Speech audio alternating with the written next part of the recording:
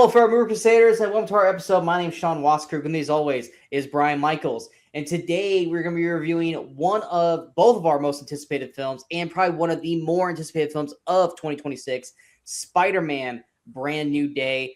I can't believe it's been like 5 years since No Way Home. Because it also feels like Tom Holland and Zendaya and Ned have like not aged at all in 5 years. When I was watching the movie, I was like, man, Homecoming was like 10 years Homecoming ago. was 17 because he first appeared in Civil War, which was 16. Yeah, I was like, I go, Tom does not look like he's aged at all. And Zendaya never looks like she ages unless they just. But you know what? Tom doesn't look like he aged, but he looks like he in this movie. He's weathered. Buff. He's weathered. But he definitely doesn't look like he's aged. Zendaya, unless they rough her up for like Euphoria, she never ages either. But we're talking about Brand New Day. We're gonna do something a little different. Normally we would do a non-spoiler review, which usually takes about 10-15 minutes as we dance around what we want to say before we actually get into the spoiler talk. We're not gonna do that today. Everyone and their mom are going to see this. It's just like Odyssey. Everyone's going to see this.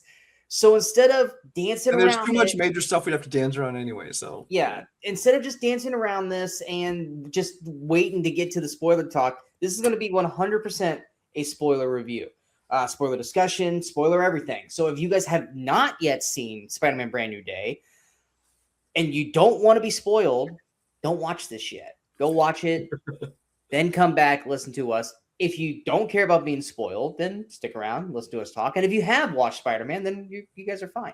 So here is your widespread spoiler review or spoiler warning, because it's like I said, everything's going to be talked about here that we want to talk about. So 5, 4, 3, 2, 1. You have been warned. So let's go ahead and get into this. I will say for me, Spider-Man is probably my second favorite superhero outside of that guy right there. Spider-Man and Wolverine are probably my two favorite superheroes of all time. So I will say it's very hard for me to dislike a Spider-Man film. Even like the worst ones, which is like Spider-Man 3 and Amazing Spider-Man 2, I still like them. I know they're not as good as the rest, but I can still find things in him that I enjoy.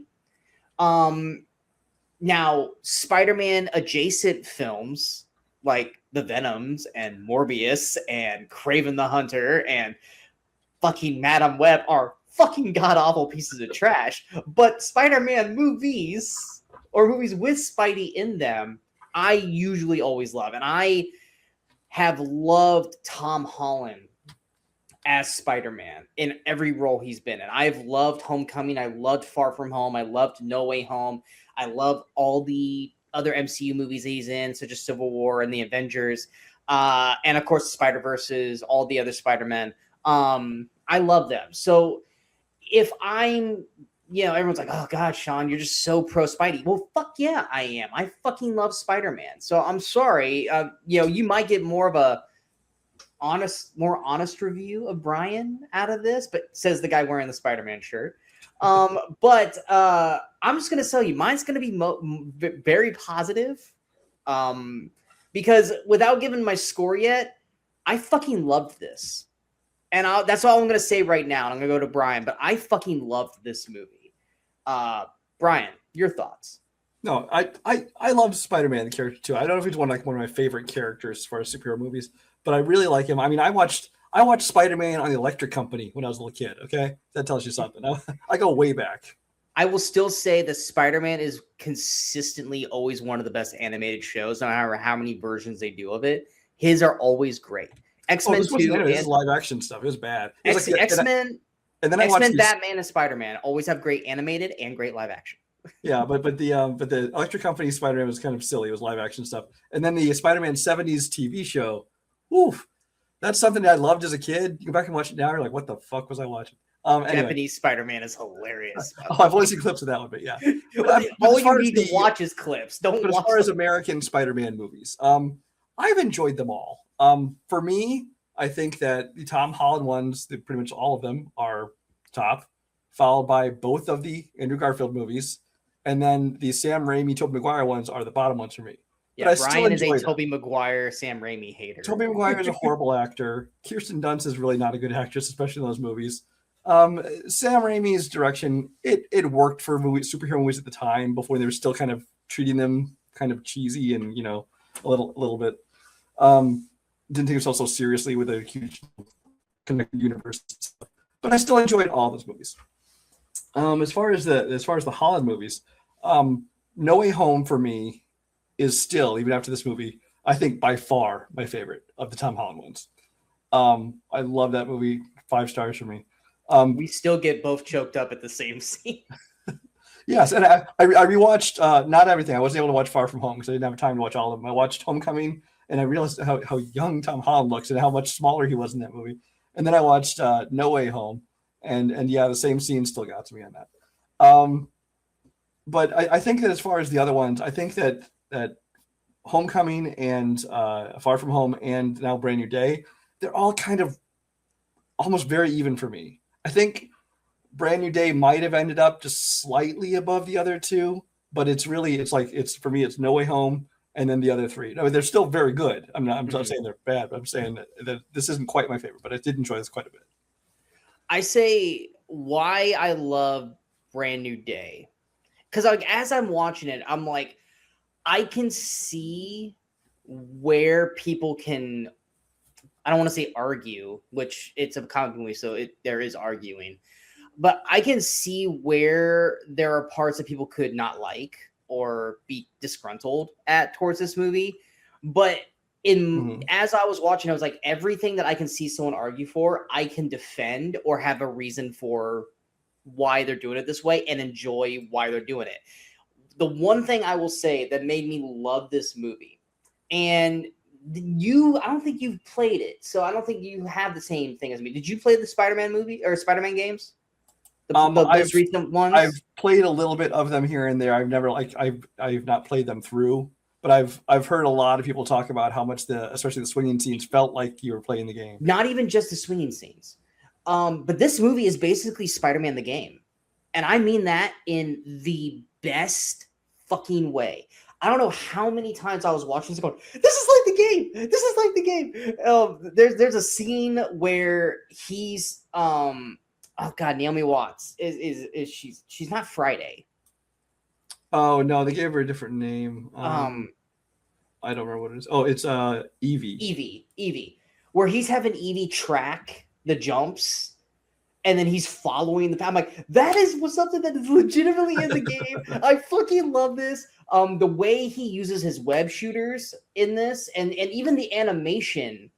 I say animation because obviously it's not Tom Holland doing it in those moments, but the way he's doing the animation and the movements of the swinging, like you mentioned, and the combos with his fighting and stuff like that. I'm like, this is straight out of the game. Like this is the exact like the tank scene, for instance, like when he flies by and takes out the gun. That's from the fucking game. The damage control being obviously in this, they're in the game. The way the electric batons, those are in the game. So like I'm literally watching the Spider-Man game come to life, and I'm sitting in my chair going, I'm so happy. And what I also loved about this too is that this to me was the first time in Tom Holland's, which this isn't a dig towards the others because the others were very linear story with what was going on with him. This is the first one probably since Tobey Maguire's ones, which even then they didn't do him that well, that New York felt very lived in. Especially, it felt very open world, like the Spider-Man games. Like, hey, something's going on here. I need information. Let me go see Black Widow or Yelena. She's not really Black Widow, but they're calling her Black Widow, so I guess she's Black Widow now. Let me go see Yelena. Yelena's not in, it's not Yelena's movie, but in the game, Yeah, Spider-Man would probably go talk to her to get some information. She's in like 1-2 scenes. Hey, Spider-Man's having this problem with his DNA, with the arachnid and sim. Who else has this problem? Oh, fucking Bruce Banner, the Hulk. Let me go talk to him and figure out something so I can help myself with this. It felt very open world. And it didn't, they didn't come in and overtake the movie like a lot of them do when it's like, oh, here's Thor Ragnarok. Well, it's basically Planet Hulk and Thor's just there.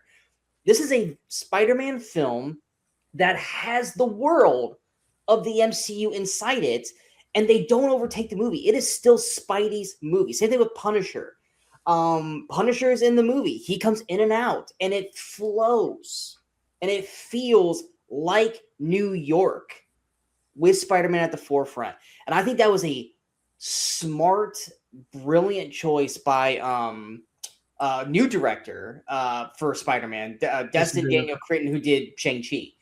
I think he, as a director, like, I like Shang-Chi, but it's also like, I think I maybe have watched it one other time since it came out, and that's not a dig on it. It's just not, Shang-Chi hasn't resonated with the fans, so it's not one that I go back and rewatch like the others. But I loved his direction of this movie. I think every choice that he did in this movie, I'm like, yes. Back to you.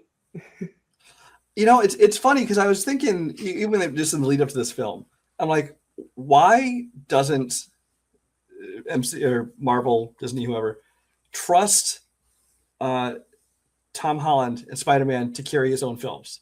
Because every movie, it seems like they shove it. It's like this one co-starring Iron Man. The second one, oh, he'll throw in Nick Fury. And then the third one, oh, let's throw in all these other characters, the other Spider-Man stuff. And this one, like, oh, well, look at the Punisher and Hulk and Yelena. And it's like, do you guys not trust Spider-Man to carry his own movie? But at least, though, it is taking place in this bigger universe. So it makes sense to have some crossover. Did I feel that they had too many characters shoved into this movie from like other parts of the franchises and things? Yes. I feel you're not going to like most of what I say here. I feel like Punisher, completely pointless. I think he could have come in. Hold on. I'm going to preface this for Brian. Brian's never watched the Netflix series. He's never watched Daredevil. You watched the 1 fucking hour of Punisher where he was at his absolute fucking weakest. But here's the thing, whether or not I know the backstory of Punisher, I know him from the comics. No, I'm not saying that for you. I'm saying for people who are watching that you don't have 3-4 seasons of John Bernthal's Punisher like we did. But I watched this and it doesn't make me want to learn more about him. I think I don't know that I like him that much in the role. Fucking love him. I think that he's fine in the role, and I think if he had showed up like one part, I think at the beginning with the tank or whatever, that would have been fine. But he kept coming back in these other parts, and it felt shoehorned in and forced, especially when they tried to like inject some comedy into him. I didn't feel like that kind of worked. Yelena, again, did I feel like she was maybe just like shoved in there and didn't need to be her? He could have gone to anybody for information. Yeah.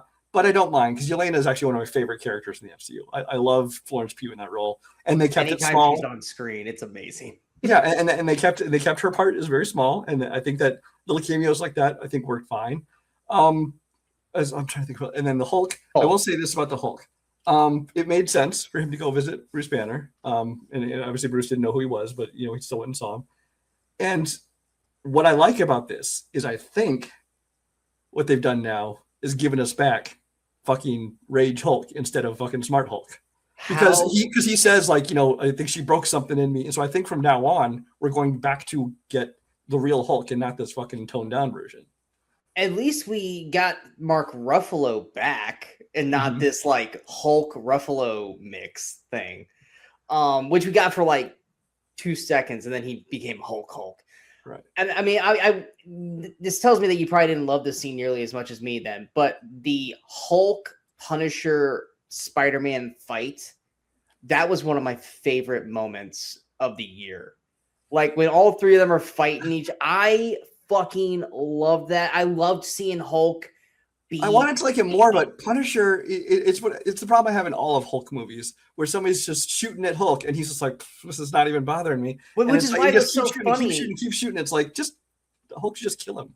But then that's also why it was so funny when Tom Holland was like, stop doing that. That's not going to work. And then they're having the conversation. Goes, you just don't want to fight Hulk. Yeah. It's like, bam, that's where it worked. Like So instead, he goes and gets his mind controlled in the first 2 seconds because he's an idiot. Yeah. Well, he didn't know. Like he said, 33. Don't get 33 feet, and then she walked into the room. Like so, it's not like he intentionally did it. Yeah. But okay, since we brought her up, technically, Jean Grey, I will say this: I heard murmurs that Sadie was going to be Jean Grey, but I wasn't going to be like, okay, she's Jean Grey. And I tried to stay away from Comic-Con stuff as much as I could. So I went into it like with like 50% chance she's Jean Grey, 50% chance that she's not. Well, even Comic-Con, they were keeping the secret. They were giving mystery of who she was playing. So I went into it with, she might not be Jean Grey. That might just be people blowing smoke. Because how much, you know how many people are going, oh, they're in a jail. Spider-Man's going to break out Daredevil. And all this, and that shit fucking didn't happen. So it's like there's so many people just talking, and then it ends up not happening. So for the first half of the film, when she's jumping people, my brain still wasn't going to Jean. I was just like, I don't know what villain this is. Like I'm like trying to go through the Spider-Man like villain like lineup, and I'm like, I don't know who this is. And then, of course, when you finally realize it's G, I'm like, oh, well, fucking of course it is. You know, but it's like, but I was able to keep my head out of that mindset until it happened. And I think Sadie did a great job with what they were doing with Jean in this. She's not playing in the best way possible. She is not playing the Jean that we've gotten in the past X-Men films, which I'm sorry, wet blanket from Sophie Turner and Famke Janssen, right? Famke Janssen, yeah, Janssen. Okay, my brain was thinking that Janssen wasn't right, which they were both fine in the role, but Jean's just kind of there, you know. But I think Sadie brought more to Jean than definitely Sophie Turner did. But you know, Famke, at least, you know, like her, she was just like, she's the one that Cyclops and Wolverine go after. And, you know, and then, okay, she becomes Phoenix, but they did a horrible job of making her Phoenix in X-Men's Last Stand. So I really like what Sadie did in this. And I'm excited to see what they go with her further. So when they announced Sadie was going to be in this movie, of course, everyone's first thought is going to be either Jean Grey, because it's MCU, it's a redhead, and they know they're getting ready to cast, you know, for this. Or they thought, well, the thing is, MJ was a redhead in the comics. Gwen Stacy was. I heard three names. I heard MJ initially, like, oh, she's going to be the. But there's already been an MJ, so there's another MJ. Yeah. Yeah, so, and then there was also who Bryce Dallas Howard played in Tobey's Spider-Man. Gwen Stacy. Was she Gwen? Yes. She was fucking Gwen. My bad. I thought she was someone else. But Gwen's and then Jean. Yeah. Yeah. So I kind of thought I'm pretty sure they're going Jean, and everybody's kind of like, yeah, I think they're going Jean. But again, nothing was confirmed. I avoided any kind of things, you know, confirmation. It was just, you know, the internet doing what the internet does. And then I went and saw this. So when there was that, when she was jumping mind, I could tell it was mind powers. Obviously, I'm like, okay, this is probably going to be Jean. And then when they announced the name, it was kind of anticlimactic. It's like Jean Grey. You're supposed to be like, ooh, and we're like, okay, there it is. My thing with that is that, again, it's like, I feel like it could have just been a Spider-Man villain. It didn't need to, they need to introduce an X-Men character in Spider-Man. I don't mind it, but I just feel like it's a little odd, especially because we don't know where they're going with Doomsday and Secret Wars. So where the rest of the X-Men are coming from. Because the thought was always that these new X-Men we're going to get are going to be from one of the other, you know, Earth dimensions or multiverses or whatever, and then somehow going to end up in ours as the X-Men team. But she is in this world, so now I don't know where they're going with things anymore. And Spider-Man was able to block her out to a point. So, well, it's much in the same way he was able to resist Doctor Strange with the thing in the last. Well, yeah, which means that, you know, are they going to do it in a way where maybe Peter had that gene, but because of the spider, that's why he's able to maintain it the way he is, because maybe Peter would have been a mutant also. In a way, who knows? Yeah, I don't know where they're going with it, but I do like you though. I did think Sadie Sink did a great job in this movie with the character as she's written here, because this is a Jean that we haven't really seen, because this is a Jean before she's been taken in by Professor X, before she's learned to control her powers, before she'd had, you know, the right mindset of how to, you know, what to do with them. responsibility and all. Yeah, which I think before that, all we got was like that one like scene and I think Last Stand where they de-aged Xavier and Magneto, and it was just and she was basically like Firestarter at that point. Yeah, no, but I like Sadie Sink. I thought she did a good job. And you know where they left the character, we'll see where she goes from here. And of course, you could say it's heavy-handed, but I was just like, I see you. Her sister's scrunchie, Phoenix colors. Oh yes, yes. So I was like, I see what you're doing. I think that's probably one of the things that people could attack this for is that there are villains, but there is no real villain. Oh, no, especially, and it's especially ironic because there's so many villains. Because in the lead up to this, you're like, oh, Tombstone's going to be this, and then it turns out that Tombstone's in literally like a shot. Scorpions gets, I think, 2 short scenes. And then Scorpion. Wait, no, never mind. You won't get that reference. You don't watch Netflix shows. And then and then the Hand is in there, but the Hand is. It seemed like this kind of threw them in there. We're like, here's some cool ninjas to put in there. But the Hand is done better in this movie than it was in the entire Netflix series. The hand fight sequence was fucking awesome.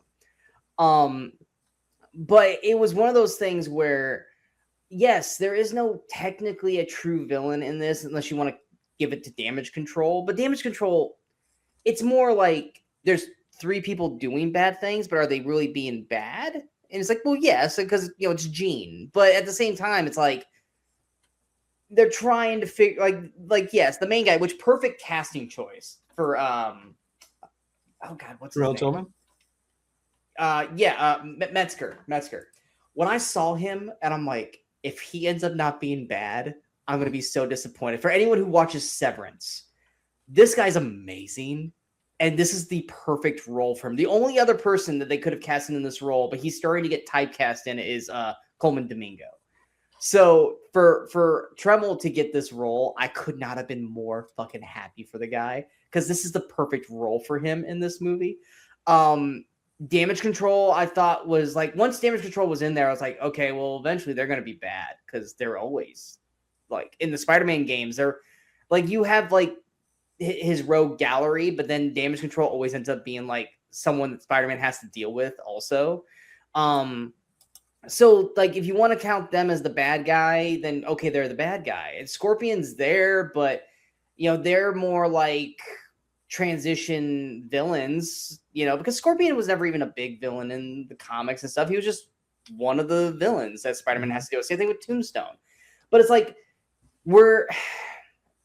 here's my question, based on the rogue gallery that we have for Spider-Man, who, outside of Rhino, who would you have made the villain that we haven't already seen yet?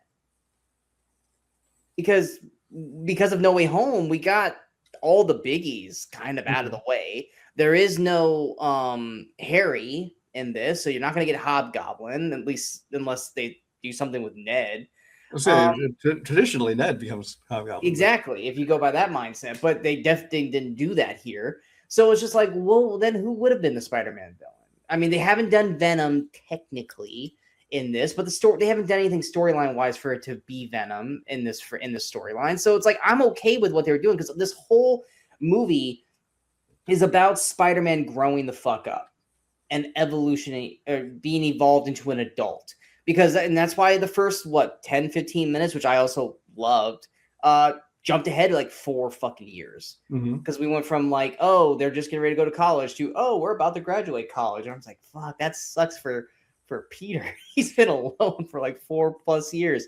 I do think that he should have at least like hooked up or hung out with the one girl. It's like, dude, you don't have to fucking become like a monk, man. You can hook up with chicks.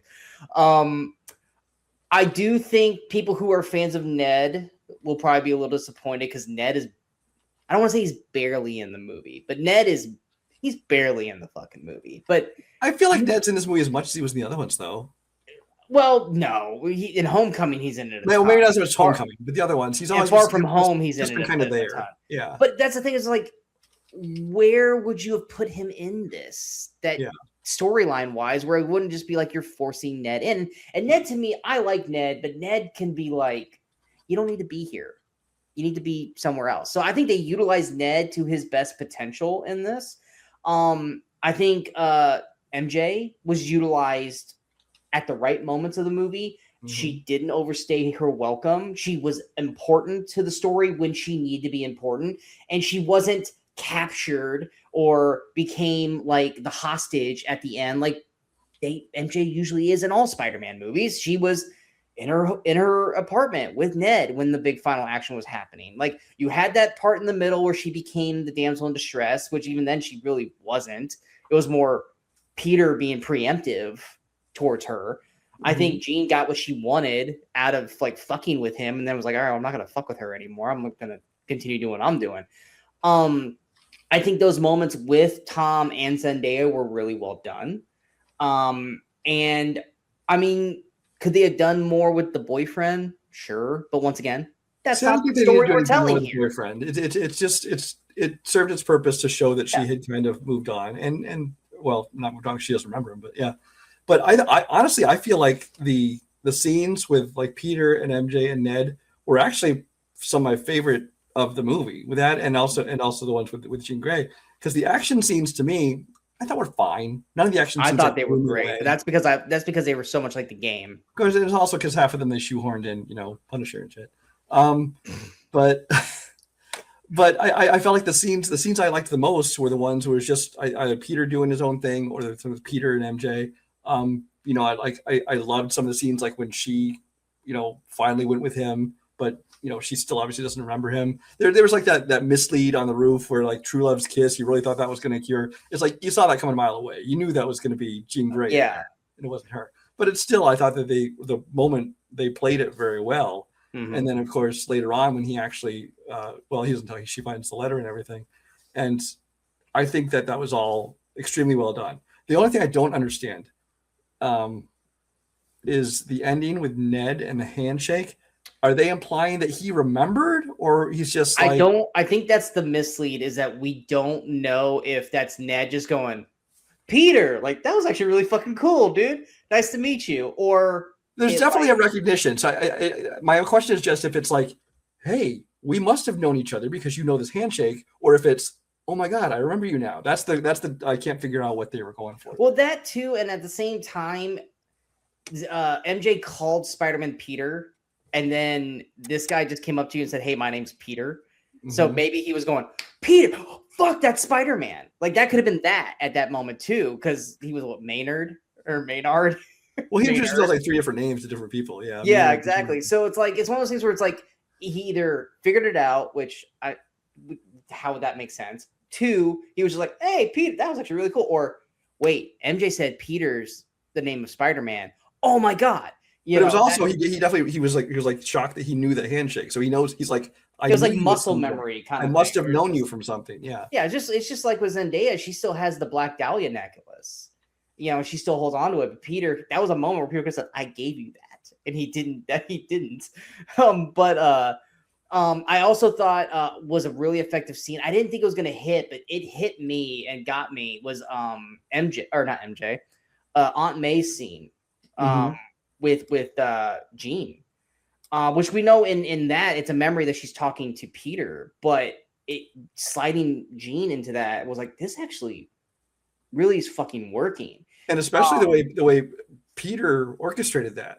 Yeah. He's like, oh, you want it in my head? Come on in. And then because he knew what she would see and the words that Aunt May would say. And yeah. Exactly. Which I thought was, like I said, very well done writing. Even the part with him getting shot and how they did that, which part of me is wondering how. Now, granted, the Punisher probably could have threatened their lives, or it's like, well, you could take off his suit, but you leave the mask on. But then he was in bed with the mask off, so I'm like, are you basically keeping people out of the room? Because I was assuming that, like, if anybody else tries to come in, he puts it on him before they come in. I don't know.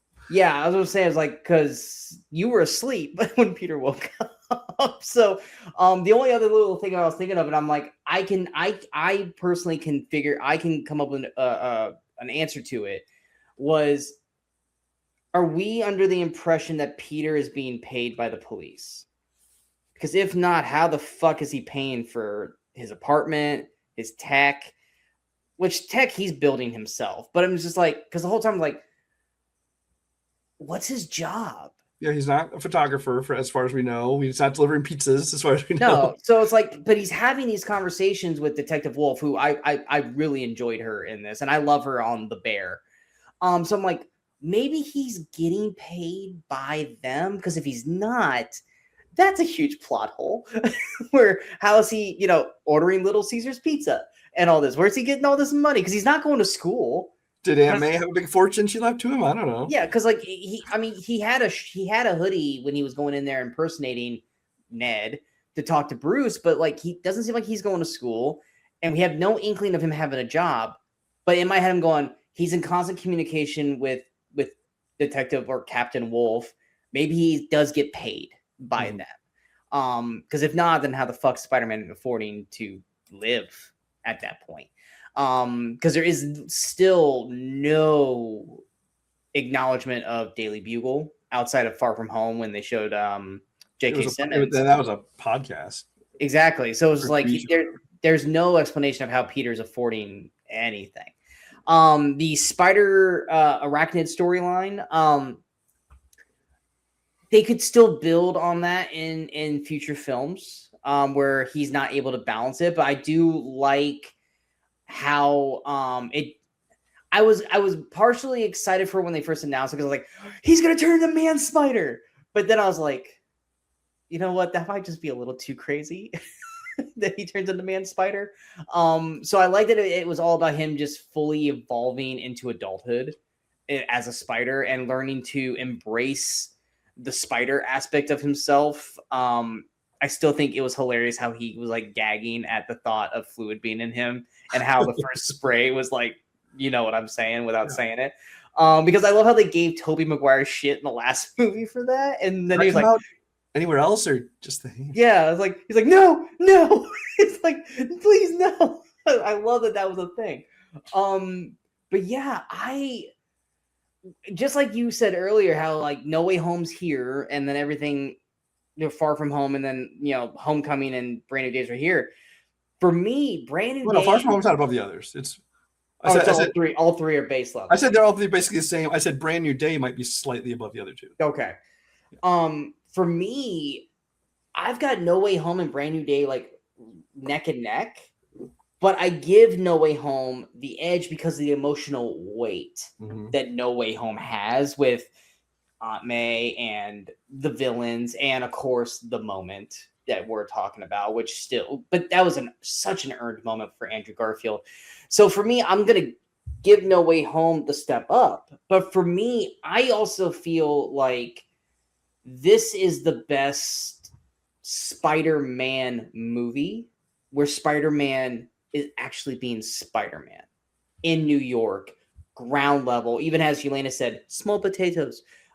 Stuff where it's like he actually is being friendly neighborhood Spider-Man. It's not, now granted, Jean did get very cataclysmic at the end, but it wasn't like, if Spider-Man doesn't stop this, the world's gonna end. Right. Which it wasn't a sky beam. Exactly, which none of Tom Holland's have actually really been that way. Homecoming, it was stopping Vulture from taking Stark's tech, and Far From Home was Morpheus trying to join the Avengers and shit, and which that one was destroying London basically, or Prague. I can't remember where the fuck they were at the end of it. I think it was London. It was London. Yeah. No Way Home got a little cataclysmic because of the smell, but I mean, I like that. Obviously he's going to pop up in Avengers, and that shit's going to be big, like end of world stakes. But I feel like this was the most complete Spider-Man film that we've gotten. And for me, it's 5 stars. It's now in terms of like I said, I just gave 5 stars to Odyssey. Odyssey is probably the better film from every aspect you would, rate film. But Spider-Man to me is the perfect Spider-Man film for someone who loves Spider-Man. And while it doesn't have the emotional weight of No Way Home, it still, to me, is the most complete Spider-Man story. And I could not be happier for the cast and Tom Holland and the director for bringing this all together and making it work. And so for me, it's 5 stars. And in terms of like rankings right now, like I said, you and I throw entertainment value into our rankings. This jumps above Odyssey for me.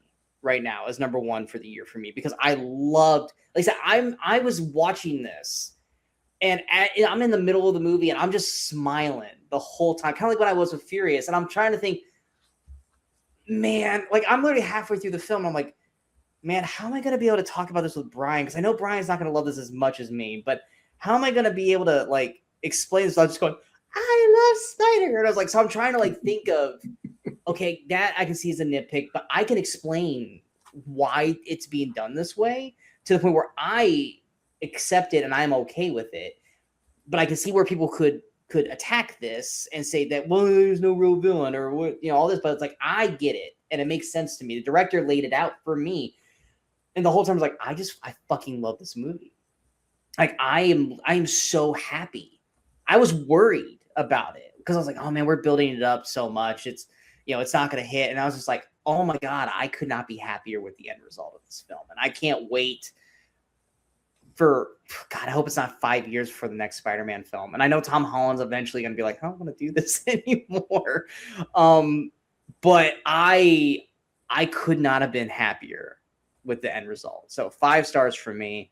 I know it's not 5 stars for you, but what's your end results? It's a solid 4-star for me. It's I really enjoyed this. I'd put it just slightly above Odyssey for me for this year. Actually, not even slightly. I put it above Odyssey so far for this year.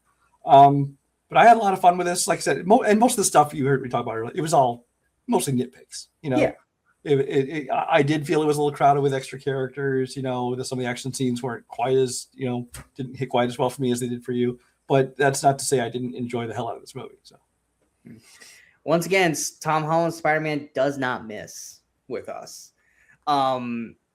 It's, and like I said, I even looking at my MCU list, this is where you're gonna go, fucking really, Sean? This to me jumped ahead of Winter Soldier and Infinity War.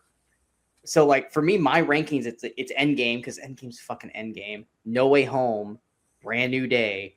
Then it's a Winter Soldier and Guardians and like I said, I love Spider-Man. I don't judge you for it because I know how much you love the character. I know how much you love the video games. I know, so I get it. It's not nearly that high for me, but I get it. Yeah, like I said, it could be just recency bias because like we just watched it. Yeah. We could go 6 months from now, but like, you know what, I can make it down, drop it down a little bit, but it's definitely in top 5, if not top 10. Right now, it's number 3 for me, and it could, but it definitely is one that's going to stay in my top 5, top 10 for MCU. And right now, it's got my number 1 spot for movie of the year. But like I said, we still got Dune and Doomsday and other things still to come out. So, but the last month, I would say month, even though we only had really 2 big movies, Odyssey and this back to back. Whew, the next 6 months is going, well, 5 months is going to be interesting. I'm excited with what we got going on. It could be epic disappointments because, like, well, it's just not those 2, you know. But I'm excited for it, just because these 2 back to back, and the box office for both of these. Finally, our summer thing is starting to shape up the way we planned. We were talking about this before Odyssey. Oh no, our lists are already fucked thanks to like Obsession and Backrooms and shit. But yeah, I was like, man, we really sucked it this year with summer movies rankings, and then here comes Odyssey, and here comes Spider-Man. I'm like, actually, you know what? We're still not going to be great, but these 2 are definitely going to help balance us out a little bit. Yeah. Which we got about exactly a month before we shoot that video. And I'm, you know, fuck, Moana killed us. Minions killed us. You know, I think the only thing we got right was Toy Story and Odyssey and Spider-Man. Anything else you want to add for Spider-Man spoiler? How do you interpret the end credit scene? Because that's a Spidey tracker, and then all of a sudden it says detected, and then it shows like out in space. So is that, you think Tom Holland has been transported somewhere to Battle World or something, or do you think that it's detecting one of the other Spider-Mans coming in another incursion kind of thing? It could be something where it's teasing Spider-Verse to blend in so we can get Miles into this without having to build a whole new trilogy of having to grow Miles into like he's a kid and then and you know, then like mesh the worlds from there. Or it could be literally exactly the same thing as Thunderbolts, where it's like it's Fantastic Four coming and it's catching that signal. But once again, it's also the Spidey alert. But So it's like the Spider-Man. That's what I'm saying. yeah, So, would it be hilarious if it was Nick Cage, Spider Noir? So That would be no, amazing. That'd be so amazing. The Spider-Verse stuff is not going to be connected in any way to these. Tom Holland. They're saying himself, more. It is connected already. How? Fucking Donald Glover was in the second one. That's so technically it's already connected. That's just a fun little thing they put in there because I'm just saying it's still technically connected. Because I mean they've even said Tom Holland's even said that he wants to help bring Miles Morales eventually in, and Kevin Feige said they're going to bring Miles Morales in, but they want to finish off their animated trilogy first, and then I think the next Spider-Man movie you're going to see, I think you're going to have Tom Holland will be in it, but it's also going to bring in Miles Morales, who will basically I think kind of take over because Tom Holland I think wants to move on. I mean, not like now because he's doing the Avengers film and stuff, but I think he's going to do the next film, and then he might even show up in subsequent films as like a mentor or something. I was going to say, I don't think unless they're going to kill him off, I don't see Tom Holland completely just saying goodbye to this character. No, that's why I think that he becomes like a mentor, or he might pop up or whatever. But I think that Miles Morales will be your Spider-Man going forward, following like the next film. One thing I thought they were going to do. Granted, the names didn't match. But when I saw Detective Wolf, I was like, they could change up the story because obviously Miles' dad's a police officer. What if they switched it up and it's Miles' mom? But then I was like, oh well, the names don't match. And then I saw her kids. I'm like, well, no. Yeah, I saw the kid. I'm like, wait, is that supposed to be Miles? I was like, no, that's not gonna be fucking Miles. So, but for a split second there, I'm like, oh, are they starting to fucking put the seed in? But technically, once again, they did that already in Homecoming because Donald Glover is talked about his nephew, is his nephew, and he will be Prowler. Yeah. Unless they just completely forget about that. Now, granted, we've had the snap and we've had all this shit happen, so I mean, they could go away from that if they want to. But technically, we already got that etched in to the Tom Holland story, which if that's where they end up going with this, I'm fine if that's where we're heading going into the next film. And then even because this is supposed to be a new trilogy. If the new trilogy is ending with the mantle being tossed to Miles, then I'm all there for it. And you could even say that the events of Doomsday he's not. They already said Spider-Man's not going to be in Doomsday. Which I was wondering if they were going. He is in Secret Wars. Yeah, but so that was one thing. I was like, are they going to explain in this why he won't be in Doomsday? And they didn't. So that's the one thing I was like, how are they going to explain that he's not in it? Because it can't be happening at the same time as this, because Yelena clearly is not. She would be focused on that shit. Same thing with Bruce. That is one thing though, is that Bruce got arrested and they really never went back to Bruce. So I guess he's still in jail. Which if we go into Doomsday and he's still in jail, and then okay, I was like, well, there's a connection, is that he's in jail. As long as next time he turns into Hulk, he's back to Savage Hulk again, I'm happy. And he's not pussy whip scared because Thanos beat the shit out of him. Yeah. But and pretend he never had a son, and yes, because his son is still out there, and She-Hulk apparently is also still out there, but that's not happening anymore either. Look, you're not going to hit 1,000 MCU. We understand that, and we appreciate you for trying. But yeah, I mean, if that's where we're going to go, whereas like maybe the events of Secret Wars and Doomsday is kind of Tom Holland / Peter as a way to start bringing Miles in, and then the sequel is him kind of maybe it's wearing on him, and that's when Miles starts coming to the forefront, and then either that movie or the third movie is the mentorship. And that's my prediction is next movie you see Miles introduced, and then by the third movie it's basically Miles' movie. That's my prediction. With Tom in it. With Tom Holland in it. But not fully. Which I'm fine with that. I mean, like I said, I'm going to be sad when we lose Tom as Peter, but as long as he pops his head in like fucking Nick Fury every now and then sure.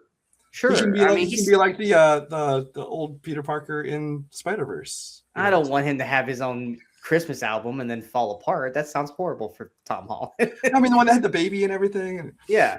But yeah, I mean, because Tom is still so young that he can do this, for another 2 decades, and it still makes sense as long as he stays in shape, like Hugh Jackman as Wolverine. But yeah, I mean, with the post credit, which guys, you're spoiler. You guys have already seen it. There's no mid credit. There's just the post credit. I don't know. I really don't. It's either the Fantastic Four coming like it was in Thunderbolts, which once again there's no Spider-Man there, so why would the tracker track it? Or it's something multiverse with other Spider-Men, which once again the only way that makes sense is Spider-Verse or Nick Cage Spider-War, which I'm sorry. Well, that's what I said. It's one of two things. It's either another Spider-Man coming in through whatever incursion, whatever, or it's Spider-Man has been like taken, teleported, whatever, to Battle World, which is the area where Secret Wars takes place with all the people fighting each other. So what? And this is just me popping them in. This is there's no one teasing this. There's no one saying this is going to happen. Would you hate this with Probably. knowing what's that? I said probably. I in my head, I'm like, I'm already playing this in my head that you're gonna hate this.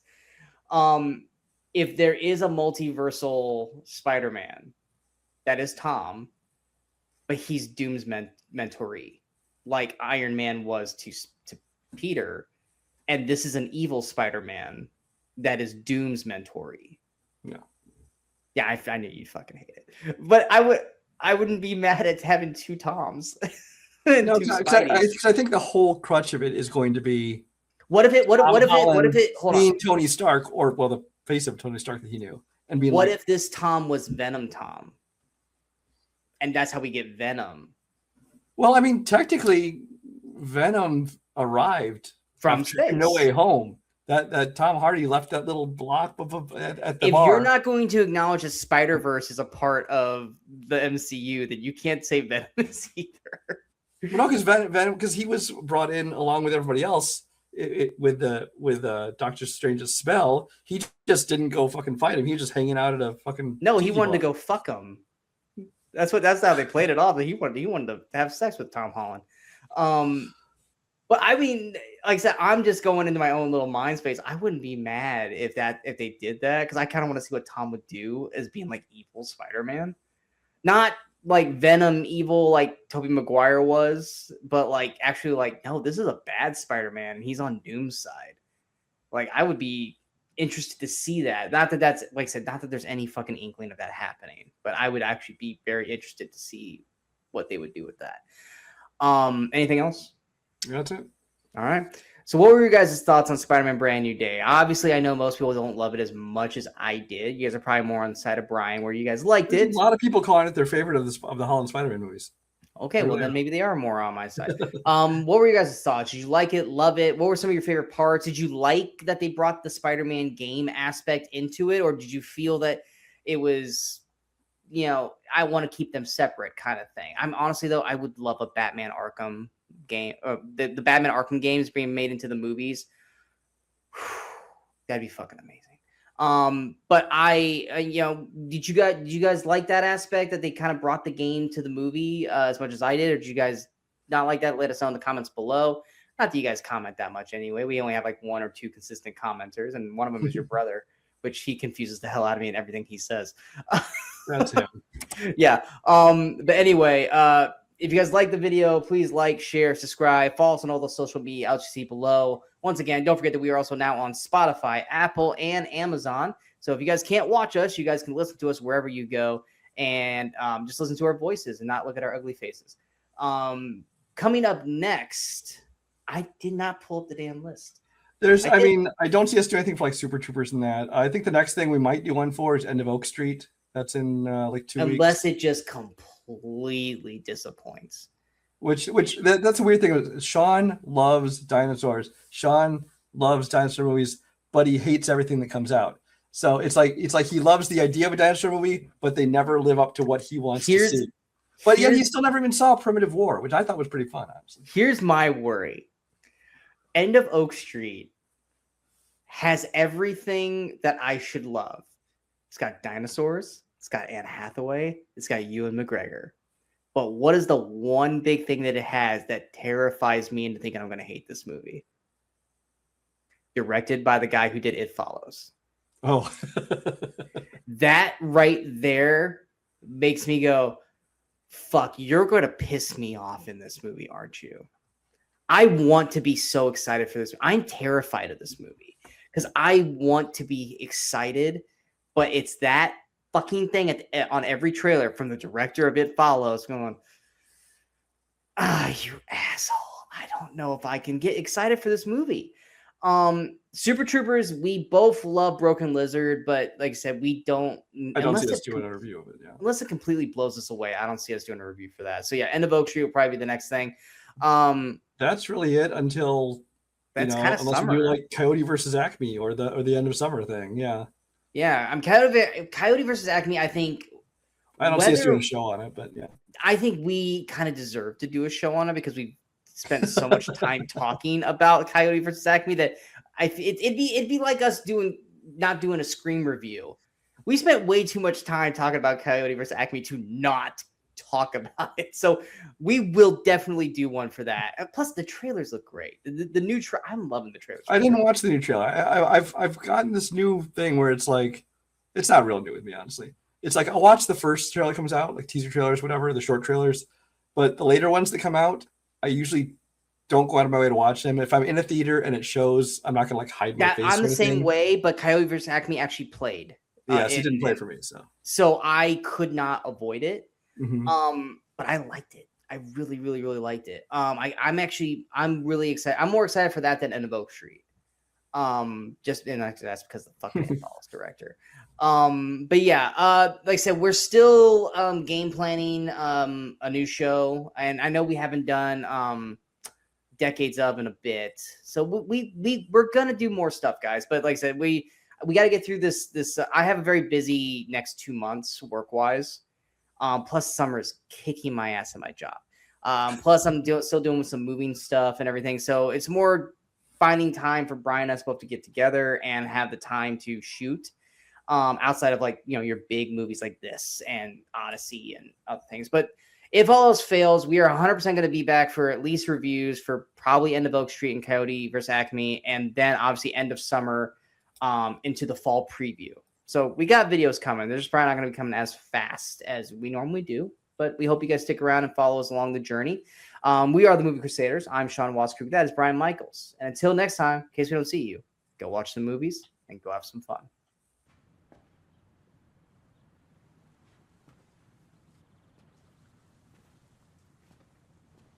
You're still here. It's over. Go home.